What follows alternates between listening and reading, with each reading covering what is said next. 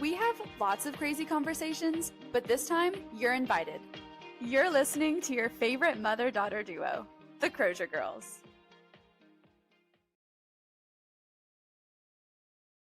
Hello to the Crozier Girls podcast listeners. This is a very special episode because it's coming to you from Croatia, where we are together. Yay! My mom's in Croatia, and we've had a good few days together. Yeah, we've been here. Dad and I have been here since last Thursday. Let's see, this is Tuesday that we're recording. We've been here since last Thursday, and you're feeling a little under the weather. So, if you start hacking your brains out in the middle of the podcast, just if our listeners would just, excuse that. But anyway, no, we've had a good few days and we've got some fun stuff planned for the rest of the week. Yeah, I'm excited. So Mom, tell me about your first foray into Croatia. How were your flights over? First impressions? Yeah, so we didn't have the best flight times. We left Atlanta like around 5:30 p.m. on Wednesday, and it's not great when you're traveling like over the pond and you leave that early because you can't really sleep. You know what I mean? Like you want the late flight when you're traveling over the pond. Yeah, right. So true. Because otherwise you get on the flight at 5:30 p.m. and you're still wide awake, and then you land. I mean, we landed in Amsterdam. It was like 2 a.m. to our bodies. So that wasn't great. But the worst part of our flight over is Dad and I are in an exit row, which is great. We have plenty of leg room. But we were there, and the guy in the seat beside Dad comes and sits down, and I immediately turned to your dad and was like, "Do you smell bad breath?" It was not good. It was bad. So the whole time, poor Dad keeps turning his head my way. He's trying to sleep. He's like, "This guy's breath is bad." Listening to Dad tell the story was so funny because he was saying that the guy like conked out the entire flight. Like he slept the entire flight, but his head, he was so out of it that his head would sometimes roll and just be like facing Dad, and so like the breath would just be like blowing on him the entire flight. And Yeah. poor Dad. Yeah, it was pretty intense. I mean, the guy, when we landed, the flight attendant was like, "I don't know how you slept the whole entire trip." And he was like, "Oh, I took sleeping pill before I got on here."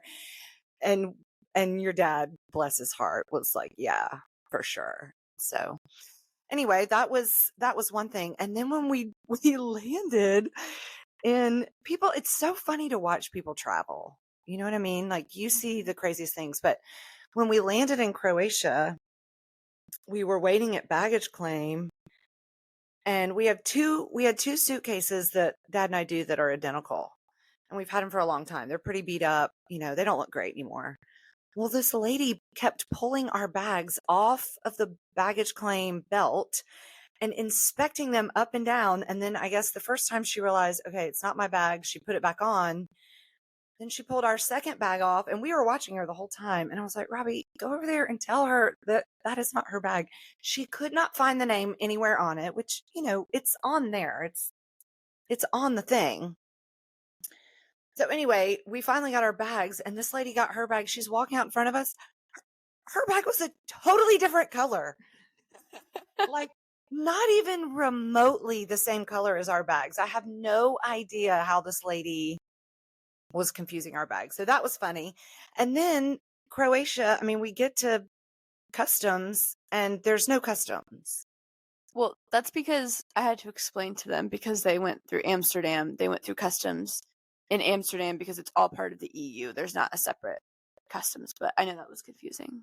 Right, which that totally makes sense. But these ladies that were in front of us, the suitcase lady, they stopped at the door to go out of the airport and said, "Oh, where's customs?" And so then the airport lady starts grilling them, asking them all these questions. I guess like, "Oh, I'm customs," And so Dad and I just said, no, we're not doing that. We just walked right through and it was fine. Yep. Call out to the first episode of this podcast. The life lesson that we all took away. If you act like you're supposed to be somewhere, no one will question you. Correct. No one will stop you. No one will question you. And so that was good. There are first impressions. There's a couple things. Number one, if you've never been to Europe, I've been several times, so this is not a surprise to me. But now that we have, podcast listeners, I just wanted to explain to them my thoughts on European bathrooms. I would rather pay $1 to use the bathroom in the United States and get the quality of bathrooms that they have here in Europe. And see, I disagree because I don't want to carry cash. Why am I having to pay to do something with my body that I have to do every single hour pretty much? I would rather go to the bathroom in the crappiest, dirtiest, No pun intended. dirtiest, like hole in the ground latrine than have to get out my change purse and see if I have €1 and then like put it in the slot and pay for it. Like, I don't care how clean my bathroom is. I'm just going to the bathroom. It doesn't have to be clean. I would rather do that than have to pay. No, I disagree. I love the fact that the doors don't have a 10-foot gap in between them where people can stand and stare in while you're going to the bathroom. All the doors are like full doors. They go all the way to the edge. It's so nice. They're so clean. Mom, do you stand there and stare through the door cracks while people are using the bathroom? Because I don't. So hopefully other people are not doing that to me. Maybe like little kids. I feel like okay, but it's sometimes you can't help it. If you're standing in line, it's like where are you supposed to look? If you even glance to the side, you can see the person in the stall. I don't understand why in the United States we can't make bathroom stalls that you can't see through the cracks. It makes no sense to me. Plus here, most of the doors go all the way to the floor, all the way up. There's no gaps. We watched that reel the other night of the Chick-fil-A employee using the bathroom and the little boy crawls under the door. Yeah, that was funny. And is like having a full-on conversation with this Chick-fil-A employee while he's just trying to go to the bathroom. Listen, kids have a pass. That was cute. It was funny. Like, kids don't care. But that's not happening here because there are no, 4-foot gaps at the bottom of the bathroom doors. It's really nice. It's peaceful. They're clean. And you can also kind of find a way around paying that €1. Meaning that Mom like leapfrogged over a gate when we were in Motovun on Sunday, and I only had enough coins for one of us to go to the bathroom, so like I'm not giving her my €1.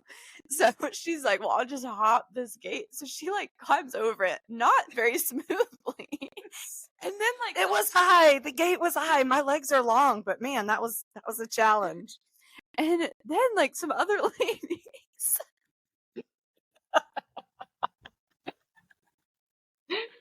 some other ladies came up behind us, like as she was hopping over the gate to use the bathroom, and she turns around and she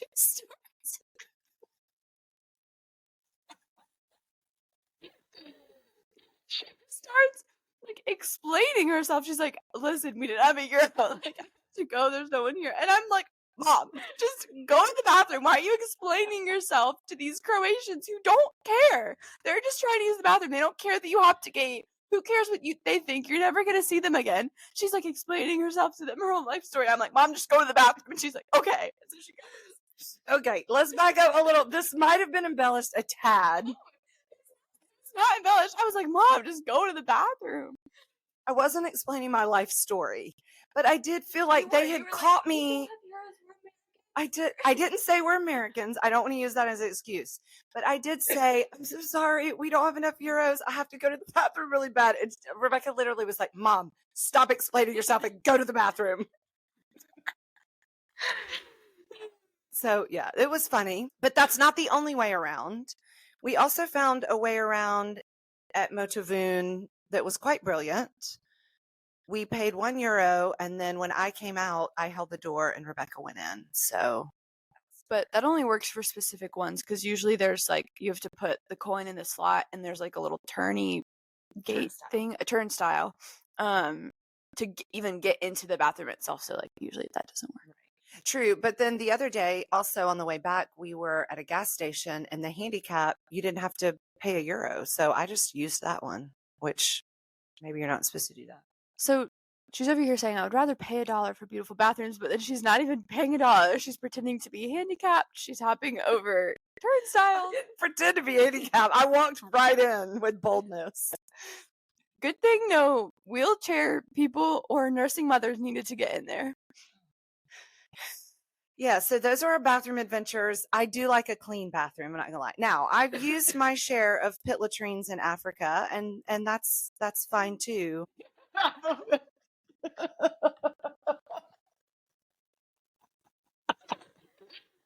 Okay, so we're in Ireland 2 years ago as a family, the 5 of us, and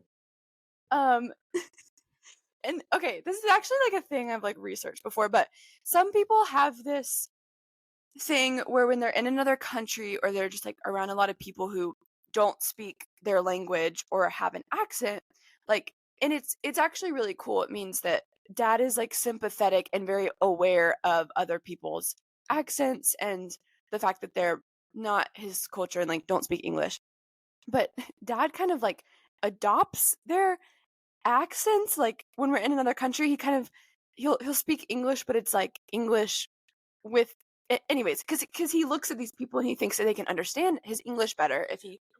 But we're in Ireland and we are driving and we get up to a toll booth, and the lady at the toll booth was Asian, and I can't emulate him on the podcast. You'll have to do it. But he says, "You take Apple Pay?" He swears he did not say it like that, but several of us in the vehicle clearly heard it. And so now it's our joke. Anytime we're out, you take Apple Pay. Mm-hmm. So it was funny. That was a funny moment. Why did we start telling that story just now? We were talking about bathrooms, pit latrines. I don't know. It's one of our favorite travel stories is, you take Apple Pay. Okay, anyway, so that's my hot take on the Croatian bathrooms. Let's see, what other hot takes did I have from Croatia? She's pulling up her extensive list of notes. Oh, they have great roads here. The roads are really, really good. They're freshly paved. There's not a lot of potholes. There are tons of roundabouts, which are brilliant. I love a roundabout. I feel like people in the United States complain about the fact that we're putting roundabouts in, and I just need you to know roundabouts are brilliant and they're all over Europe, and it makes traffic flow so much better. So good job, Croatia, for really nice roads. Oh, you know what I'm going to say now. Like, this is probably the worst thing about Croatia. The smoking, I'm assuming. Yeah, smoking has pretty much, I wouldn't say been like completely eradicated in the United States, but good grief, it's way down. And here, everyone smokes. Everyone smokes. I was shocked by that. Yeah, that was one of my things. I didn't like have culture shock when I first came here, but that was probably like the one thing that it was like so surprising and shocking to me when I first came here, was that everyone smokes. Okay, so yeah, the smoking completely caught me off guard. So that's just something we are not used to in the United States, and definitely having to get used to that again being here for sure. Okay, so other hot takes from Croatia is McDonald's. What are your thoughts? Dad's obsessed with it. Yeah, Dad's obsessed with Croatian McDonald's, and I'm not going to lie, I don't think I've eaten at McDonald's in the United States in probably the last 20 years. I mean, I don't ever go to McDonald's, but the McDonald's here are really nice. Yeah, they have like whole separate cafes, and they they give you your coffee in actual like ceramic mugs. So it's like Croatian coffee culture meets American McDonald's. Right. So tell us a little bit about the Croatian coffee culture. Yeah, coffee is a big thing here. and you sit down, you order your coffee, they bring you on a tray your coffee along with like a little glass of water, and which is really nice because I love water. And it's a very communal thing. So if you go to a coffee shop, it's not like in the US where people are working on their laptops or sitting by themselves. Like you'll never see anyone really sitting by themselves in a coffee shop. It's always like they're with friends and they're catching up. Literally no one has a single phone out or like a single device out. And so for when I do work, I've had to find some coffee shops that are laptop friendly. Because when you go to a coffee shop, you're going to hang out with friends. Yeah, that's so interesting too that you mentioned that about nobody has phones out, because that's definitely something Dad and I have noticed at restaurants, at the coffee shops, anywhere, that you just don't see people attached to their phones like we are in the United States. And so that's been a really refreshing thing to see. The Croatian culture is doing that much better than we do in the United States, for sure. That's not to say they're not like attached to their phones or anything, but when they're with people, they're very present, it seems like. Yeah, I love that. I love that. Okay, so we've had some fun times. We went to the little coastal town of Ravine. It is on the coast. It's basically directly across the Adriatic from Venice. And because of that, there's a lot of Venetian architecture and influence. It did remind me and Dad a lot of when we were in Italy. Lots of gelato was partaken while we were there. What was your favorite gelato you had? Probably the fig flavored at that first gelato place we went to. That was really good. Didn't taste like fig. It tasted like, I don't know, like caramel, or I don't know. It was really good. But also it may not have been fig. Like sometimes their words for things are different, and I feel like I've ordered a few things thinking it was going to be one thing and then it's something totally different. So yeah. I don't know. But yeah, lots of good gelato. The streets are beautiful. If you guys want to see pictures, you can follow along on our Instagram pages. We've posted lots of fun things. And of course, the highlight for everyone is Dad's drone videos. He's obsessed with his drone, and he thinks that everyone is also obsessed with his drone, which honestly people are. People love his drone videos. Absolutely. So if you want to see some of Robbie's amazing travel drone footage, just go check out our Instagrams, because he's taken quite a few videos, and we always post those there. Give him a little shout out to the old Padre. After Ravine, we went to Pula, because of course Dad needed his Roman Empire fix. Yeah. Roman Empire fix. We saw a beautiful Colosseum there. You gotta talk about what was the bigger experience than the Roman Colosseum that we were looking at in Pula. No, we just need to talk about, this is a section of the podcast that you're now entering that we're gonna call things that people would rather do than actual fun things in the places where there are tourists in. That's the longest title for any section of anything ever, but okay. Okay, well, I'll explain. Okay. Basically, the title of the section should be things people would rather look at than the actual attraction they're there for.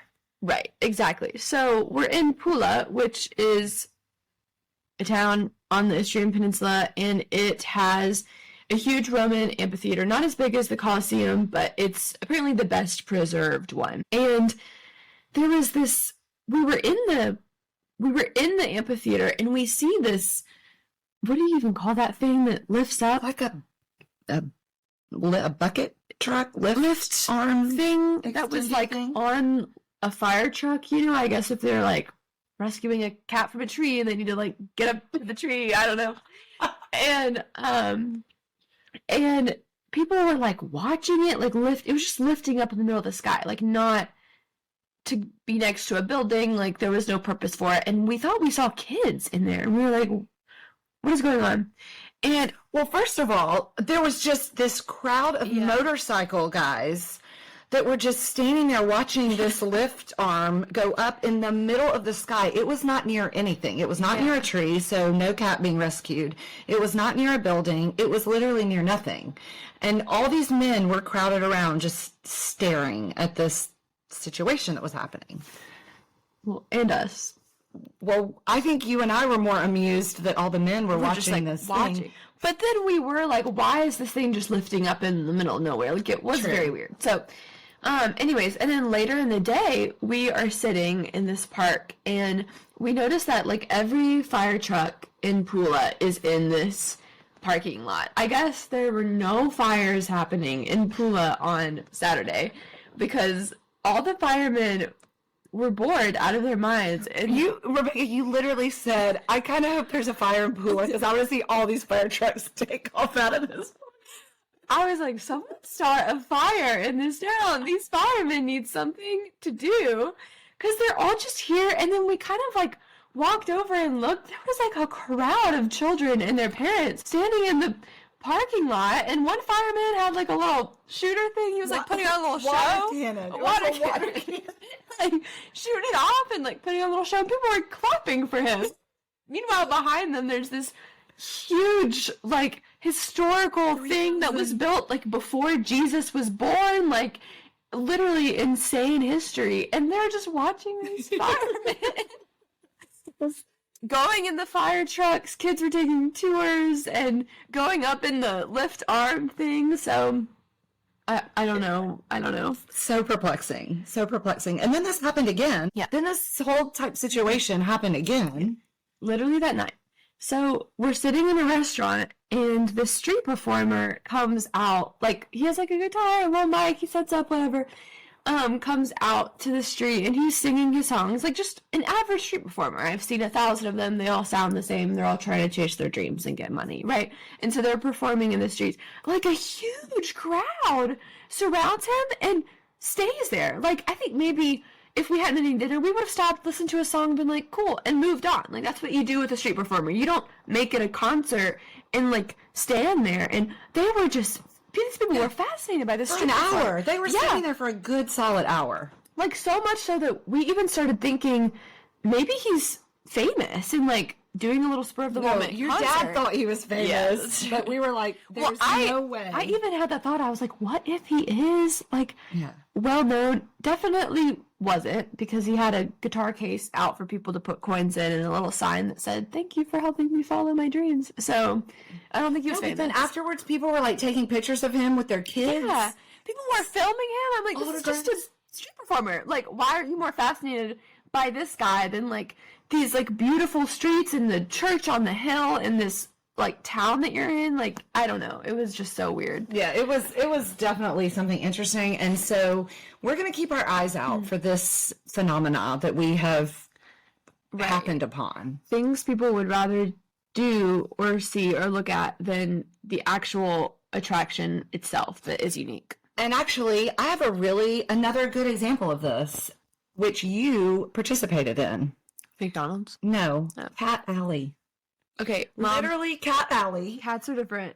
Cats we're in this beautiful old town ravine, and Rebekah spends 15 minutes videoing, taking pictures of, and trying to coax these cats over on this literal, on Google Maps, it's called Cat Alley. No, it's called the Plaza of Cats. Oh, sorry, the Plaza of Cats. Literally, it's a like tourist location on Google Maps in Ravine. There's just like a bunch of cats hanging out in this alley, and we found them, and they're really cute. And cats are a different story, Mom. No, I think that fits right into our section of things people would rather look at than what they're actually there to see. So I was there to see the cats, but okay, it's true. As soon as she saw that on Google Maps, she was like, "Ooh, I've got to find the Cat Plaza." And anyway, we did. So anyway, that was fun. Ravine was wonderful. Pula was great. The firefighters were hysterical.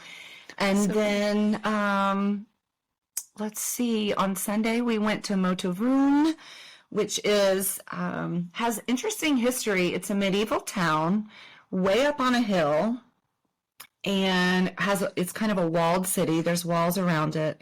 And again, the Venetians, there's this really cool forest there, right? And this forest, it's, what Dad say, like 400 acres? I don't know. Okay. Sure. It's a small area. It's not like all over. It's this one area in Croatia where these special oaks are grown that the Venetians used to basically build Venice on. They harvested these oaks, and they floated these oaks across the Adriatic back to Venice, and that's what they put in the mud to build the city of Venice on, which is actually really fascinating. And then also it's really popular because the soil there is really, really good for truffles, which we had some truffles, and they were so good. Yeah, we went to a farmer's market to get some olive oil, and the guy there made us try every single truffle that he had harvested, and every single way, and it was a lot of tasting of truffles, but it was really good. Yeah, very good. It was so good. So anyway, that was a cool little town. It was so fun. We walked up into the little city, and it's not a city, it's a little town, and it was just beautiful, stunning, and great. Mm-hmm. So, and then we got back on Monday. You went to work. Dad and I, here's something funny. Dad and I went to this restaurant not far from the hotel here, and it was Croatian food and Japanese food. But we'd been eating a lot of like Croatian/Italian type food. And so I was like, okay, Japanese food sounds really good. Well, the waitress was so delightful. And so we both kind of ordered the same dish, which was a comfortable dish for us, teriyaki chicken. And she said, could I make one suggestion? Oh. She said, only because it has been getting very popular reviews from people. I would like to recommend the Japanese pancake. She tells me about the pancake, and of course I ordered it, and she walked off, and I said to your dad, as soon as she said, can I make a suggestion? There was a 0% chance I was not going to order what she suggested. Like, she was selling it and was so kind and delightful. So it was like, absolutely, I'm going to order that Japanese pancake. I feel like you are sometimes swayed easily by people who are trying to sell you stuff, which I think people wouldn't expect that of you. But like, if she had explained that pancake to me and it didn't sound good to me, I'd be like, no, I'm okay, thanks. But I think you're like, no, I don't know. Not when I'm in the United States, but when I'm abroad, you're absolutely right. Like the truffle guy. Yeah. I mean, he kept pulling stuff out, and I was like, sure, I'll take one of those. And Sure, I I'll take was one like, of those. Mom, like, we can go. Like, you don't have to say yes to him. Like, he wants you to buy every single truffle that he has harvested, so. Anyway, so yeah, I'm bringing home lots of truffles and olives and olive oil and all the things. But yeah, so the Japanese pancake, though, man, I'm so glad I let her sell me on that because it was amazing. So anyway, that's pretty much been our time here together. It's been a really fun trip so far, and tomorrow we're going to Slovenia. Mm-hmm. Dad wants to check it off his list. Yeah, check it off his list of countries. So we're going to go to Slovenia. What's the capital of Slovenia? Ljubljana. So we're going to do that tomorrow. And then Thursday is your birthday. And you have a fun day planned for us. We're going to Plitvice. Is that how you say it? Plitvice? And anyway, it's a national park. If you've ever looked at pictures of Croatia, this national park has probably popped up. It's all these beautiful lakes. And anyway, so we're excited about that. So we have a couple more fun days planned together. But for the most part, that's been our trip so far. Anything else we need to update the listeners on? Any updates? Visa? I don't think so. I was able to submit my visa application last night. I still don't have a background check, but I just submitted it without it, like with the confirmation that I'm in process to get the background check. So that's okay. good. That's good. That's progress. I did want to make one comment about hotels. Why can't hotels offer a variety of pillow options? That's a great question. I don't know. I mean, the pillows in this hotel are flat as pancakes. You put your head on it, and it's basically like you're just not even sleeping on a pillow. And when you get old like me, you wake up with a crick in your neck, and it hurts. And I just don't understand why we have to have flat pillows. Why can't there be better pillow options? Are they as flat as Japanese pancakes?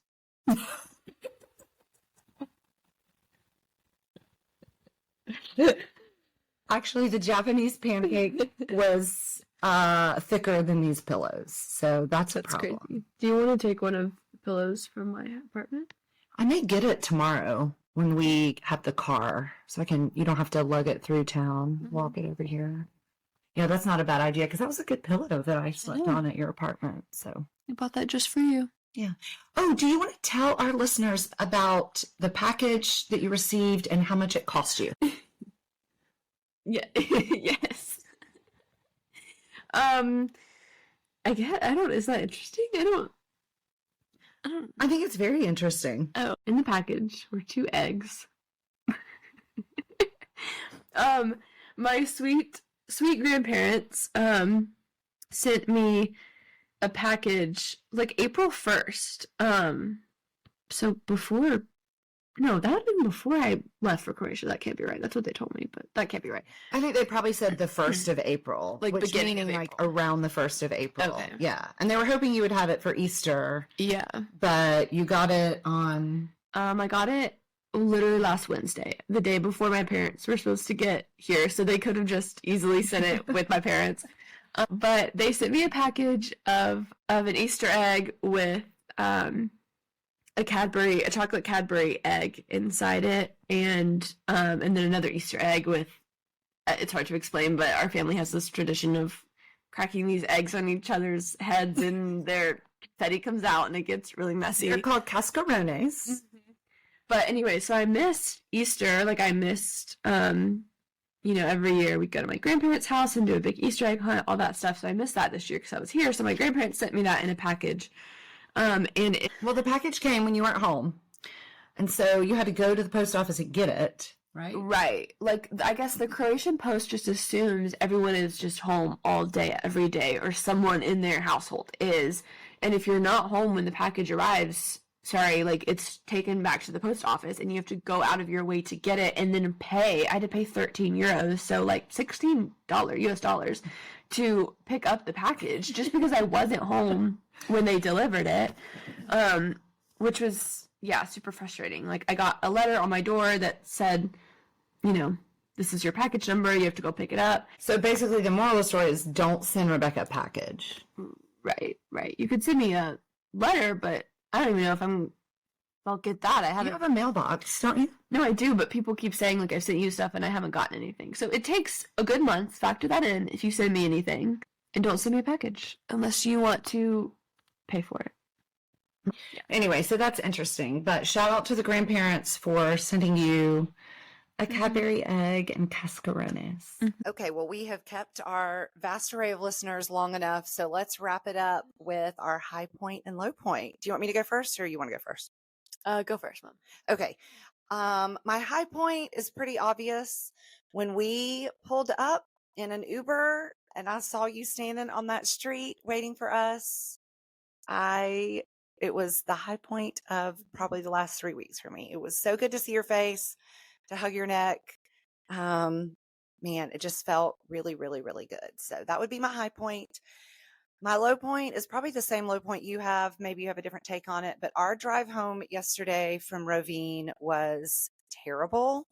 The traffic was awful. It was pouring rain and we both had to use the bathroom so bad. And every time we stopped at a bathroom, it was closed, like no bathroom. My kidneys were literally hurting for half the drive. It was no bueno. Okay, how about you? Yeah, very similar. My high point obviously is you guys being here, and even like today I was obviously in my apartment and you guys were here in the hotel room, but I woke up and just like normal in my apartment, but I was like, oh yeah, but my parents are here in town and I can go see them. So yeah. My high point is y'all being here. And then low point, either the drive yesterday or just kind of feeling sick this weekend was just inconvenient, and having to blow my nose all the time. I was like, every time I went to the bathroom, I was getting extra toilet paper to like put in my pockets to carry around. Right. And one thing we haven't told everybody about the tissue situation here, like Kleenex, toilet paper situation. Yeah, it's awful. Like, they don't have any soft Kleenexes. The toilet paper isn't super soft. So when you have to blow your nose every 2 seconds, like my nose is just like raw. Like it just hurts so bad. It's terrible. Yeah. So anyways, that was not fun. But it's still, the weekend was still great. So yeah. Yep. Good. Okay. Well, thanks for listening, everybody. Yeah, thanks for listening. Talk to you soon. Bye.